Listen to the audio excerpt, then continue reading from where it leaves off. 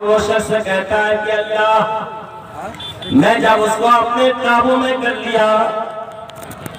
فَلَمَّا قَعَدْتُ بَيْنَ رِجْلَيْهَا، اے اللہ جب میں ان کی دونوں ٹانگوں کے پیچھے بیٹھ گیا قالت اتق اللہ، تو اس عورت نے کہا اللہ کے بندے اللہ سے ڈر، اللہ کا خوف کر۔ آج تک کسی مرد نے مجھے ٹچ تک نہیں کیا ہے، جس طرح کسی کو نہیں چھویا ہے، لیکن مجبور ہوں میں، اس لیے میں کچھ کہہ نہیں پا رہی ہوں۔ اے اللہ اس کی کلیجی سے جو یہ آواز اور ٹھیک آئی فانصرفت عنہا، اے اللہ میں نے اسے چھوڑ دیا، حالانکہ میں اس زیادہ میں اسے محبت کیا کرتا تھا۔ اے اللہ اگر میں نے تیری رضا کے لیے سب کچھ کیا تھا، اے اللہ تیری خوشنودی کے لیے میں نے اپنے دامن کو برائی سے بچا لیا تھا۔ پڑھ لینے کے بعد سمجھتے ہیں کہ ہم مومن ہیں اور ہمارے اوپر کوئی ذمہ داری نہیں ہے، یہ زبانی مومن ہے، صرف اور صرف ان کے ایمان کا تعلق زبان تک ہے۔ اور بہت سارے ہمارے مومن وہ بھائی ہیں جو حقیقی مومن کہلاتے ہیں، جنہوں نے کلمہ طیبہ کو زبان سے پڑھا، اقرار کیا، اس کو ایکسپٹ کیا اور اس کے بعد اس کی تصدیق کیا، اور کلمہ طیبہ کو ایکسپٹ کرنے کے بعد اس کے مطابق پوری زندگی گزار رہے ہیں۔ اور ایمان میں جو اوصاف ہونے چاہیے وہ اپنے اندر لیے ہوئے ہیں، حقیقی معنوں میں مومن۔ میرے بھائیوں اور دوستوں، اگر کلمہ طیبہ پڑھ لینے کے بعد ہی ہم مومن ہو جاتے تو اللہ تعالیٰ کیوں فرماتا یا ایھا الذین آمنوا آمنوا باللہ ورسولہ، اے ایمان والو تم ایمان لاؤ اللہ کی ذات پر اور اس کے رسول پر۔ اسے کہا جا رہا ہے، ایمان والوں سے کہا جا رہا ہے، مومنوں سے کہا جا رہا ہے کہ تم ایمان لے آؤ، تو مومن بن جاؤ۔ کیا اس کا مطلب ہوا؟ اس کا مطلب یہ ہوا کہ جس طریقے کا، جس کیٹیگری کا ایمان ہونا چاہیے تمہارے اندر وہ ایمان نہیں ہے۔ تم زبانی طور پر مومن ہو، لیکن ایمان کے اثرات جو تمہارے قلوب و اذہان کے اندر ہونے چاہیے تھے وہ نہیں ہے۔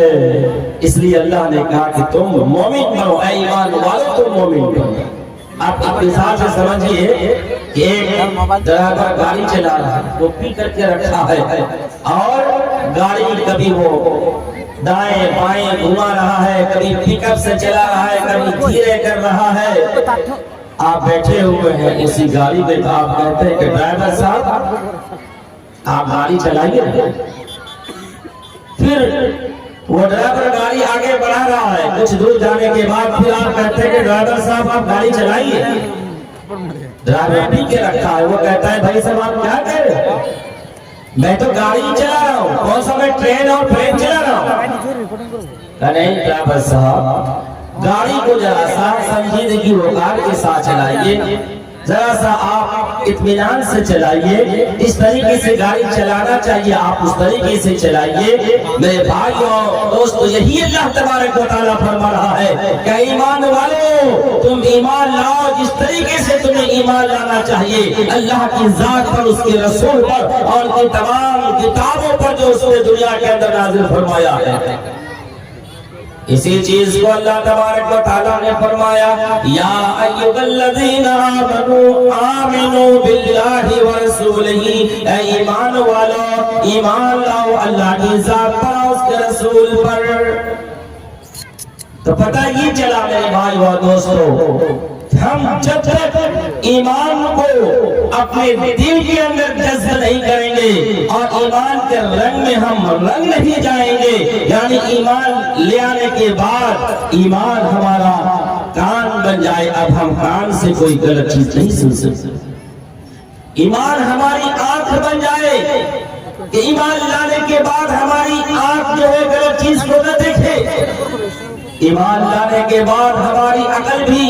ایمان کے رنگ میں رنگ جائے کہ ہم جو سوچیں جو تصور کریں جو خیال اپنے دماغ کے اندر لائے اپنے دل کے اندر لائے اس کے اندر ایمان کی جھلک ہو، غلط چیزوں کے خیالات ہمارے اپنے دل کے اندر ہم لائیں۔ اس لیے میرے بھائی اور دوستو، حقیقی مومن کون ہے اس کی پہچان اللہ تبارک و تعالیٰ نے سورہ انفال کی ابتدائی چند آیتوں کے اندر بیان فرما دیا۔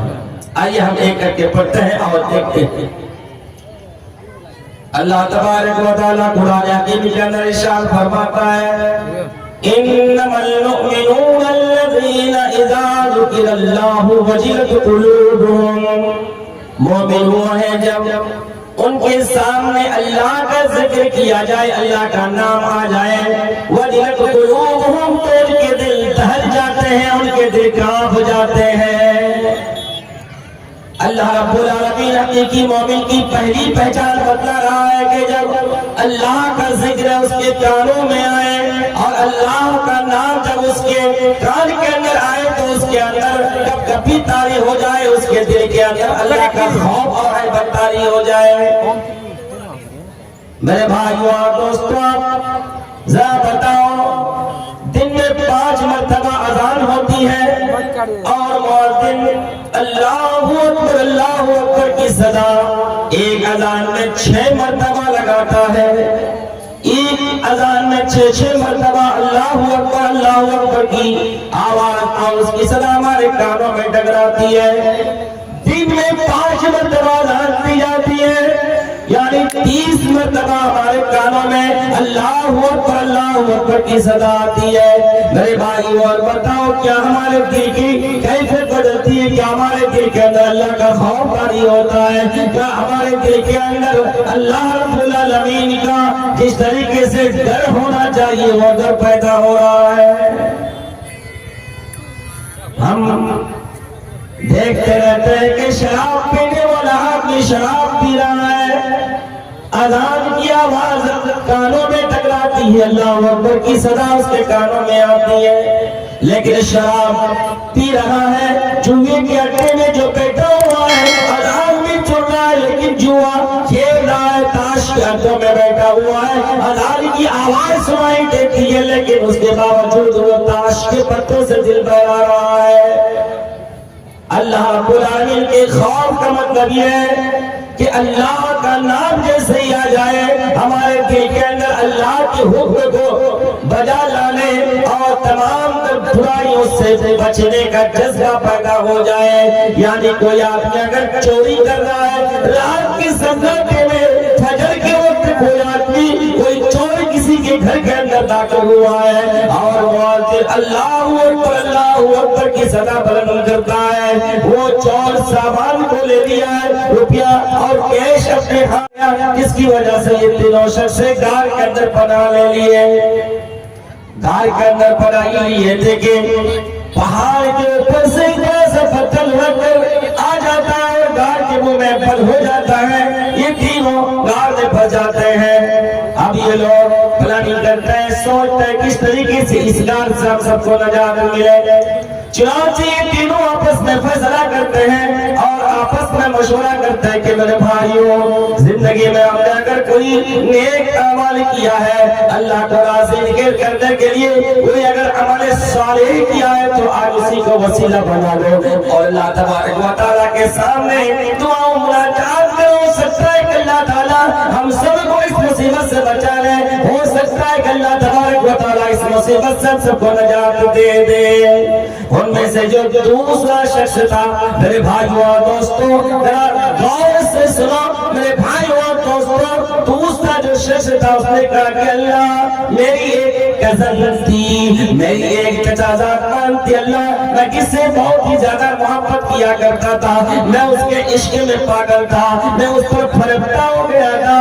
اللہ میں اس کو اپنے خواہش سے نفسانی کے لیے میں نے مدعو کیا، دعوت دیا، لیکن اس نے انکار کر دیا۔ وہ زمانہ گزر گیا اور پھر 10 سالی آ گئی، 10 سالی چاروں طرف پھیل گئی، وہ مجبور ہو گئی، مجبور ہو کر کے میرے گھر کے دروازے پر دستک دیا اور اس نے کہا مجھے چند دینار کی ضرورت ہے کہ اللہ میں نے اسے اس شرط پر دیا ہے کہ تم فلاں ڈیٹ کو میرے گھر پہ آ جانا اور میرے بستر کی زینت بن جانا اور تم آنا اور ہمارے ساتھ خلوت اختیار کرنا. بیچارے مجبور تھی, کیا نہیں کرتی, وہ راضی ہو جاتی ہے. 120 دینار کو لے کر کے گھر چلی جاتی ہے. پھر وہی جو ڈیٹ فکس تھی اسی ڈیٹ پر وہ آ جاتی ہے اور وہ شخص کہتا ہے کہ اللہ میں جب اس کو اپنے قابو میں کر لیا فلما قعدت بین رجلیہا, اے اللہ جب میں ان کی دونوں ٹانگوں کے پیچھے بیٹھ گیا, قالت اتق اللہ, تو اس عورت نے کہا اللہ کے بندے اللہ سے ڈر, اللہ کا خوف کر. آج تک کسی مرد نے مجھے ٹچ تک نہیں کیا ہے, میرے جسم کو نہیں چھویا ہے, لیکن مجبور ہوں میں, اس لیے میں کچھ کہہ نہیں پا رہی ہوں. اے اللہ اس کے کلیجے سے جو یہ آواز اور ٹھیک آئی فانصرفت عنہا, اے اللہ میں نے اسے چھوڑ دیا, حالانکہ میں اس زیادہ میں اسے محبت کیا کرتا تھا. اے اللہ اگر میں نے تیری رضا کے لیے سب کچھ کیا تھا, اے اللہ تیری خوشنودی کے لیے میں نے اپنے دامن کو برائی سے بچا لیا تھا, ففرج عنا ما نحن فیہ, اے اللہ تو ہم سے جو مصیبت ہے اس کو ذرا سا دور کر دے. اے اللہ یہ چٹان جو ہمارے گال کے منہ میں آ چکی, اللہ اسے ذرا سا اور بھی جو ہے سرک دے اور اس سے جو ہے الگ کر دے, ہم سے دور کر دے. میرے بھائی اور دوستوں, اس کے اندر ایمان تھا, اس کے اندر ایمان کا جذبہ تھا, وہ حقیقی مومن تھا. ہم اور آپ کے اندر کیا وہ جذبہ ہے کہ ہم برائی کے قریب ہو کر کے ہم برائی کرنے کی طاقت اور چھمتا ہے, اس کے باوجود ہم اپنے آپ کو برائی سے بچا لیں, ہمارے اندر کیا وہ طاقت اور ایمانی حمیت اور غیرت ہے. میرے بھائیو اور دوستو, تو اللہ تعالیٰ نے یہ پہلی صفت بیان کی اور دوسری صفت اللہ تعالیٰ نے بیان کیا ہے وَإِذَا تُلِيَتْ عَلَيْهِمْ آيَاتُهُ زَادَتْهُمْ إِيمَانًا, کہ جب اللہ کی آیتوں کو پڑھ پڑھ کے سنایا جاتا ہے تو وہ آیتیں ان کے ایمان کو زیادہ کر دیتی ہے, ایمان میں اضافہ کر دیتی ہے. یہ دوسری صفت ہے. تیسری صفت یہ ہے الذین یقیمون الصلاۃ ومما رزقناہم ينفقون. تیسری صفت مومن کی یہ ہے کہ نماز قائم کرتے ہیں, نماز ہر حال میں پڑھتے ہیں, نماز کو خشوع و خضوع کے ساتھ پڑھتے ہیں اور اللہ رب العالمین ہی کی ذات پر توکل کرتے ہیں, کسی اور کی ذات پر اعتماد اور توکل نہیں کرتے ہیں. اور پانچویں صفت یہ ہے الذین ينفقون مما رزقناهم ينفقون, ہم نے جو رزق عطا کیا ہے وہ اللہ کے راستے میں خرچ بھی کرتے ہیں. اللہ تبارک و تعالی ان 5 صفات کے حامل کو خود ہی عرش کے اوپر سے سرٹیفکیٹ دیتا ہے اور کہتا ہے اولئک هم المؤمنون حقا, کہ حقیقی معنوں میں یہی لوگ مومن ہیں. ہم لاکھ دعویٰ کریں, دعویٰ کرنے سے کچھ نہیں ہوتا ہے, اگر ہمارے اندر یہ پانچوں اوصاف نہیں ہے تو ہم حقیقی معنوں میں مومن نہیں ہے. اللہ رب العالمین نے آگے کی آیاتوں میں حقیقی جو مومن ہیں ان کا مژدہ سنایا ہے. اللہ نے فرمایا کہ جنت کے بڑے بڑے درجات ان کے لیے ہیں, فرمایا کہ اللہ تعالیٰ ان کے گناہوں کو بخش دے گا اور قیامت کے دن جنت کے اندر بہترین رزق اللہ تعالیٰ عطا فرمائے گا. میرے بھائی اور دوستو, وقت ہو چکا ہے, مقرر کی لسٹ کافی ہے, اس لیے میں انہی چند باتوں پر اپنے تقریر کو ختم کرتا ہوں. اللہ تبارک و